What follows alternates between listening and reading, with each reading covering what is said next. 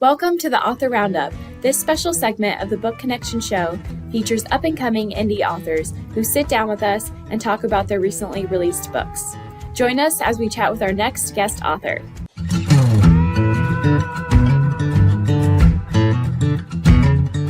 Hello there, welcome to Author Roundup. My name is Emma and I will be your interviewer for today. Today I have with me Kurt Turner, a self-published author of his recently released book, I've Never Been to Heaven, but I've Been to Oklahoma. Kurt was a Navy medic who served aboard the hospital ship USS Repose from 1967 to 1968 during the Vietnam War. His book relates to his experience in the triage unit. This book tells the life after serving his country, including his call into missionary. Kurt, hi, hello, how are you today? I'm good, thank you. Good, congrats on your book. Thank you.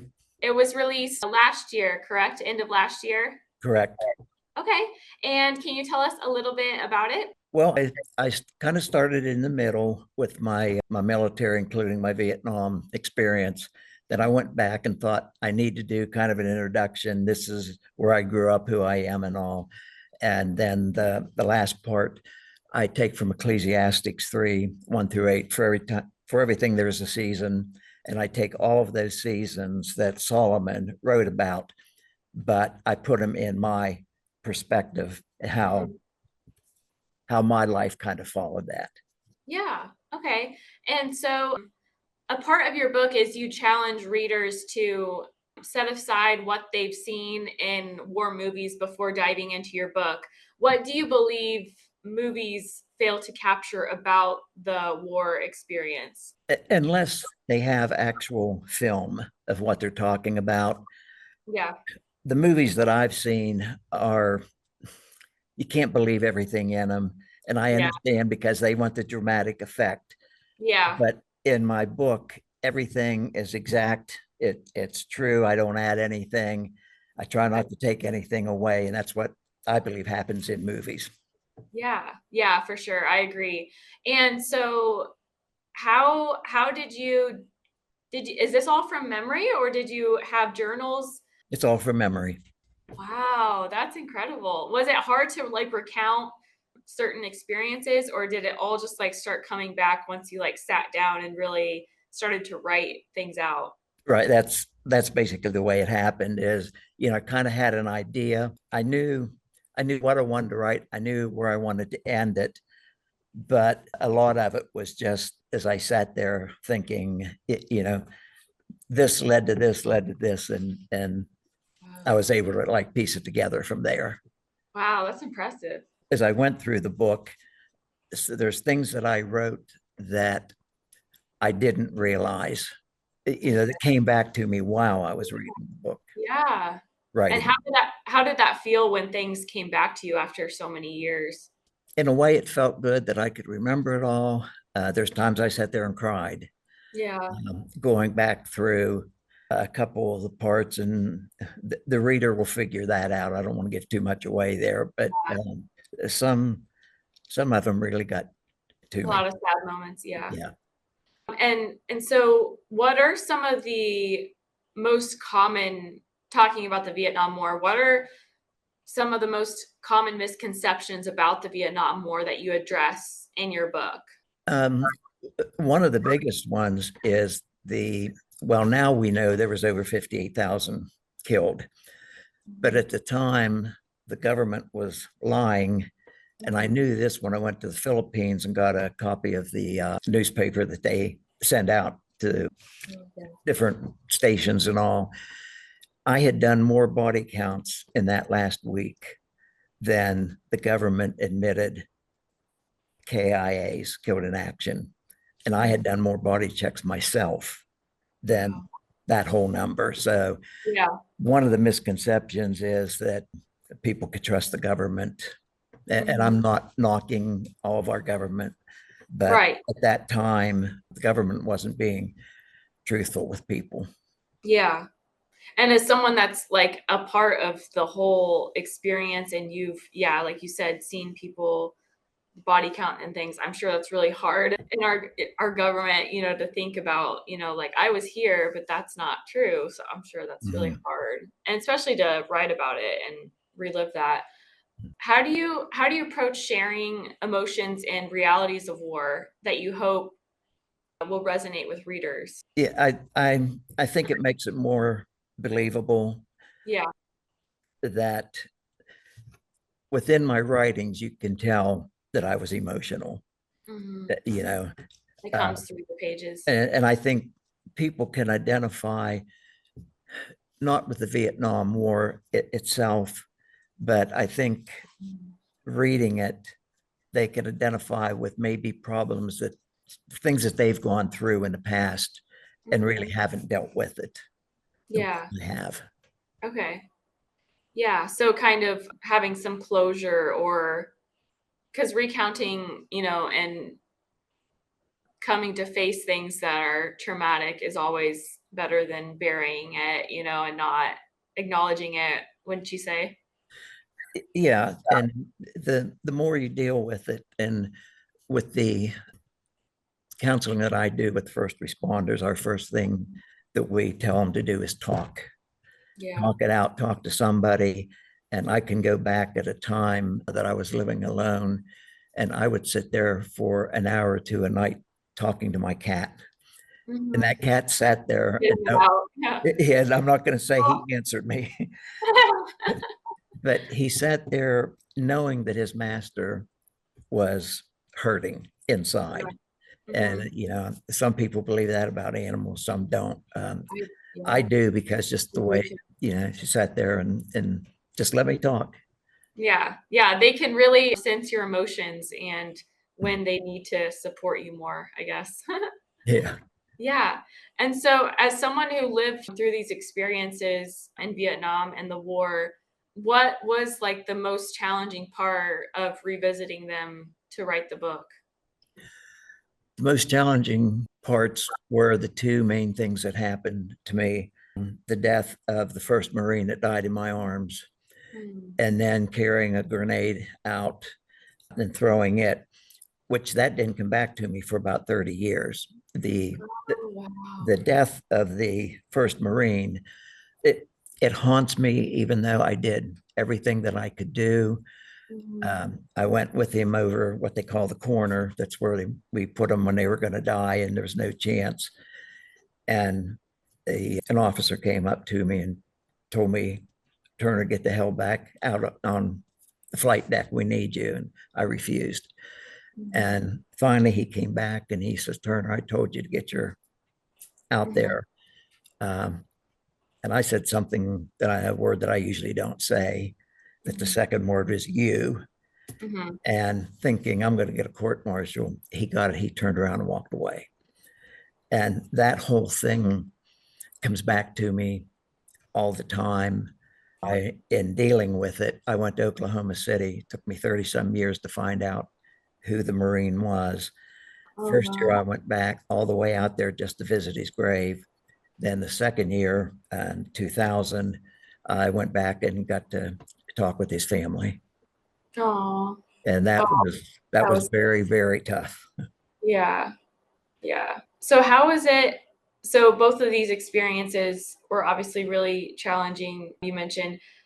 How did you go about writing and your writing journey? Did you have to take like breaks, like days at a time breaks just because it was all too much? Because obviously this is very different from writing like a fiction or children's book or things like that. So for your mental health, did you have to like take breaks, Oh, yeah. while writing this? Yeah.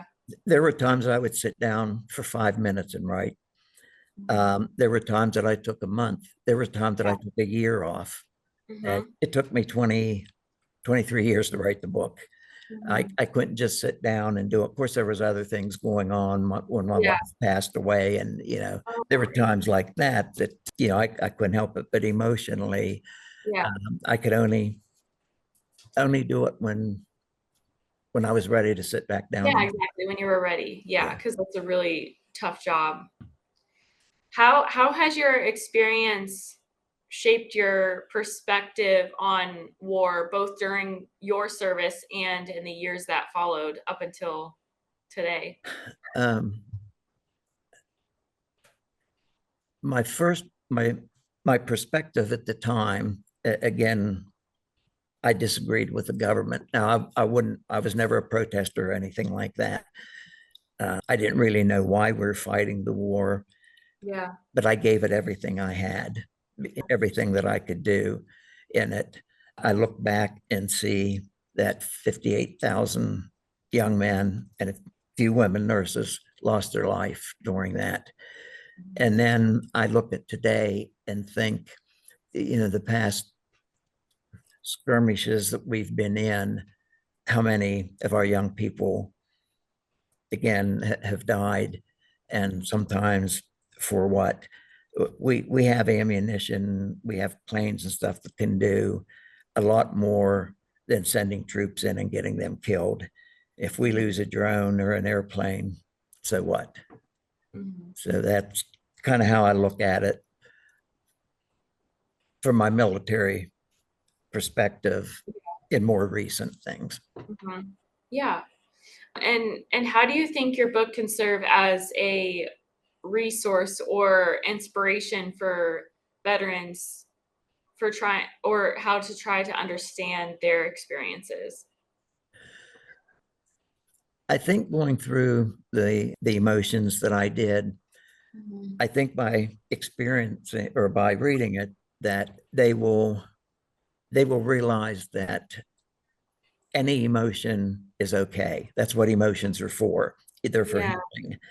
And too many, like myself in the beginning, even though I have a master's degree in counseling, I myself was at a place that I shouldn't let myself go.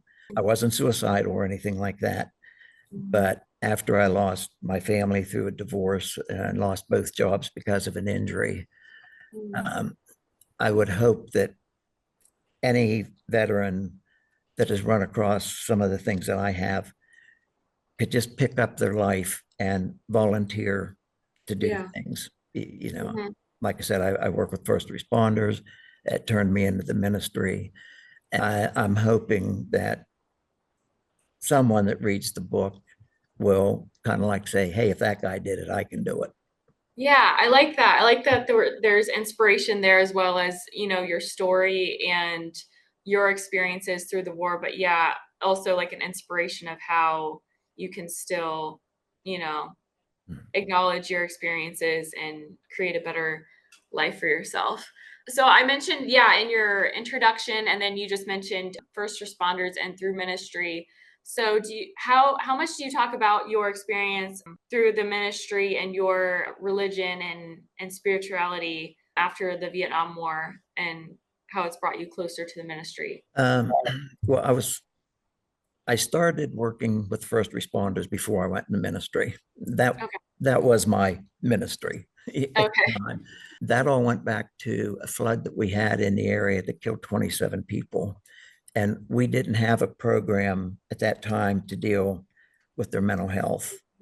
Yeah. And so that led into working with the critical incident stress management, of which I'm the leader in Belmont County. But it's not something that I just go out and do myself, figure out what I'm going to do. We're part of an international organization that Mhm. works with first responders.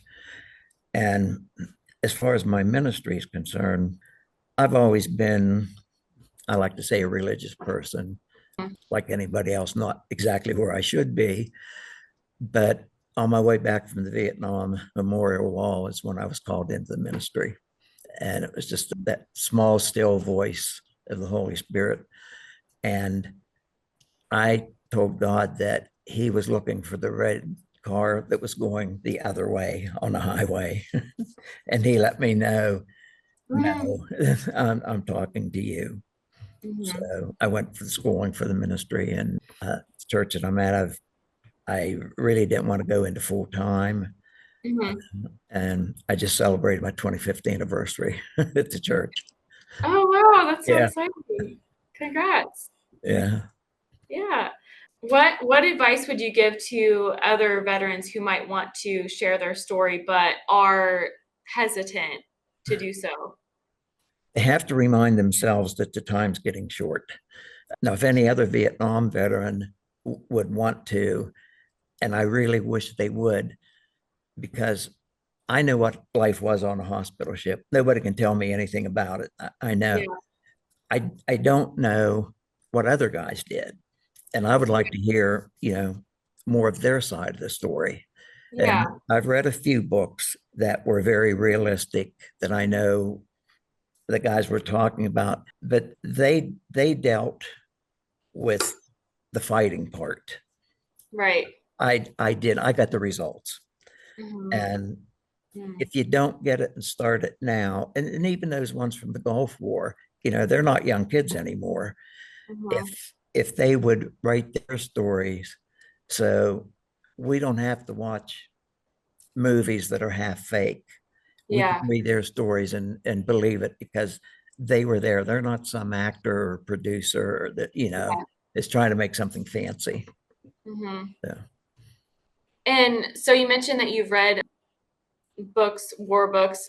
Have you found one that you've read that is more in tune with your experiences? no, I Uh, never, I never have. And there may be some out there.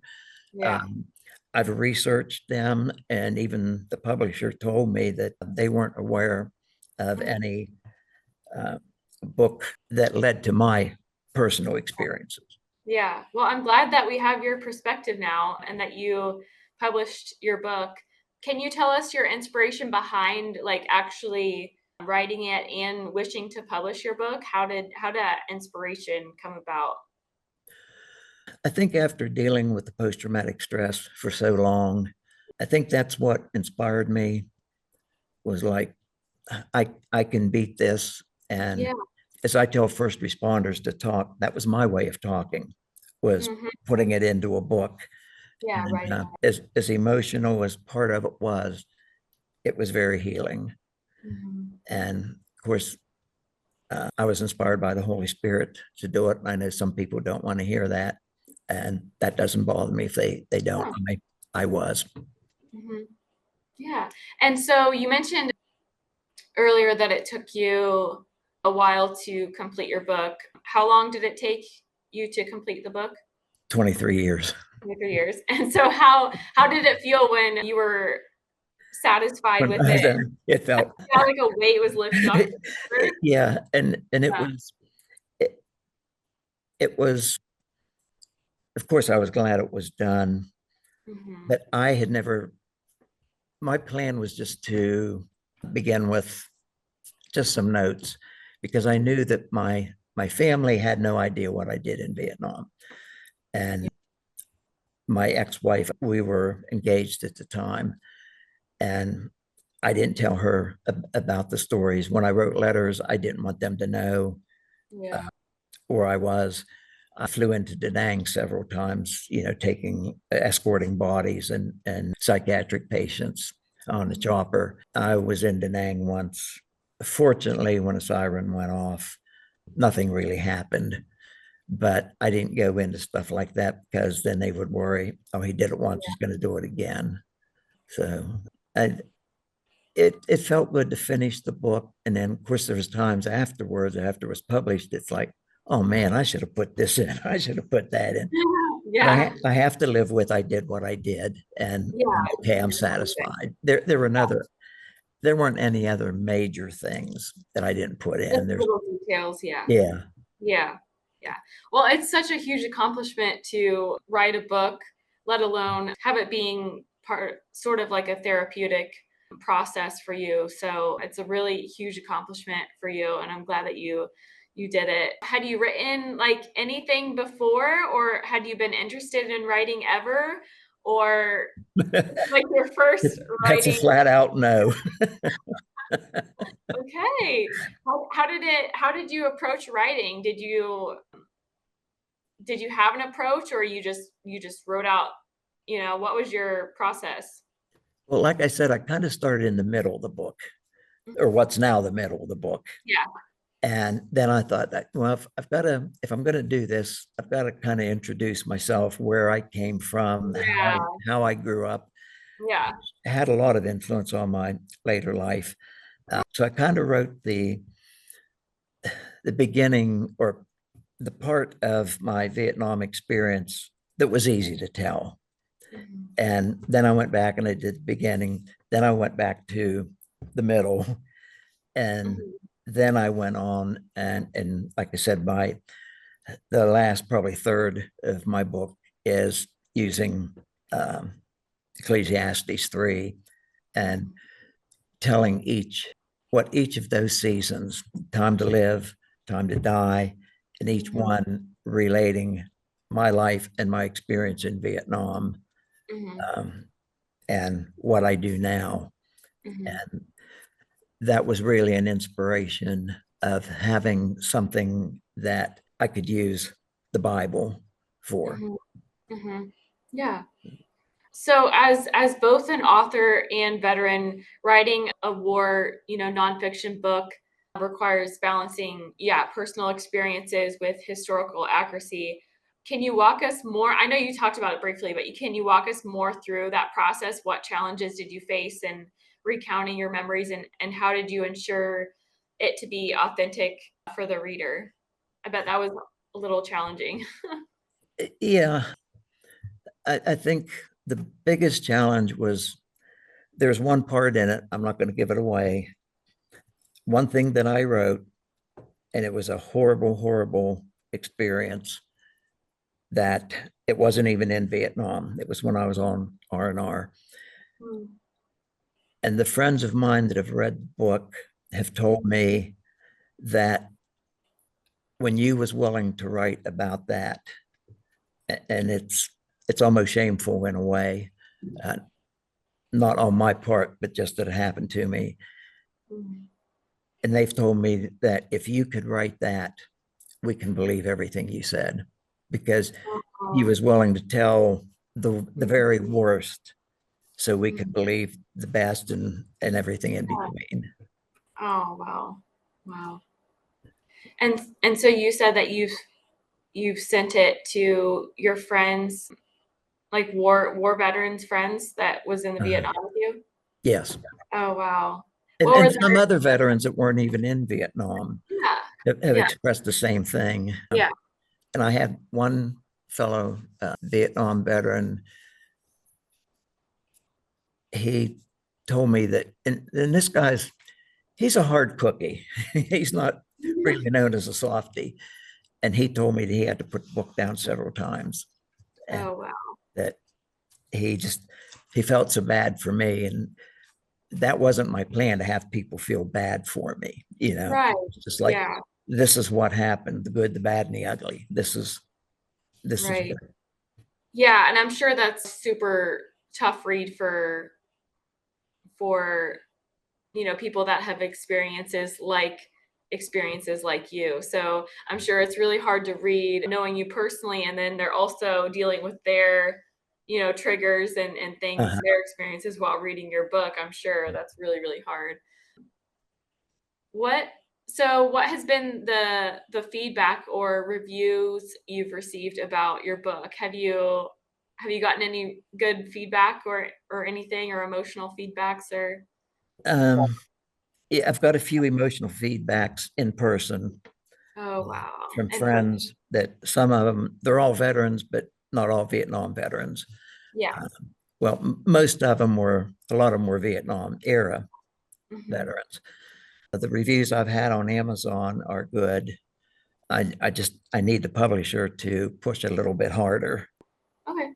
So, what has been the feedback from family and friends, like personal relationships? My son is the only family that I have. When Ryan talked to me about it, he just said there was a lot of things in there that I knew, and a lot of things that I didn't know. Yeah. And that's really about all he said. Now, I had told him before of those different experiences, so Mhm. he Yeah. knew it. The friends that's been a good experience, having them do it. But also, I have had three offers to make a movie of my book. I have a gentleman that I have to call back. Their company wants to know if I'm willing to sell the rights. Do I want to sell them outright?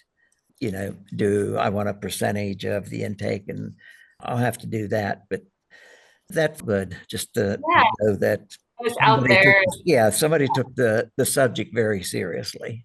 Yeah, and it is, yeah, a very serious subject. What advice would you give to a writer working on his or her first book, specifically about this type of nonfiction and genre? First of all, when you sit down and start writing, don't take 23 years. And I say that seriously, even though Yeah, I'm yeah. smiling, but you don't have to do it like in a month or a year or something, Mhm, but get yourself on pace, like that you're going to do so many hours a week mhm, on it. And when you come to points that you have questions about, do you really want to write it? If it's true, go ahead and write it. Uh, yeah. just don't exaggerate, and Yeah, yeah.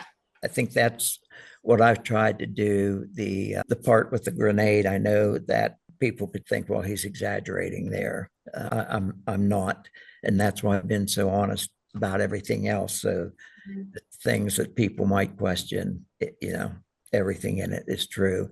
So I would suggest to another writer, unless they're writing fiction, mhm, but in a book like mine, do a little bit of research. I did some research, but very little because mhm. I didn't want to make it look like, oh, this is a book of facts. Yeah, yeah, This, like a history book, yeah. yeah, this is me. This is my Yeah, experience and nobody else's.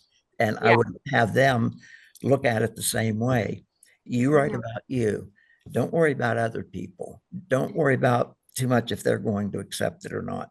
If you mhm. write the truth, it'll be accepted. Yeah, yeah, that's good advice. So, what's next for you as a writer? Are there any stories or themes you're likely to explore, or do you just have any personal goals for this year instead?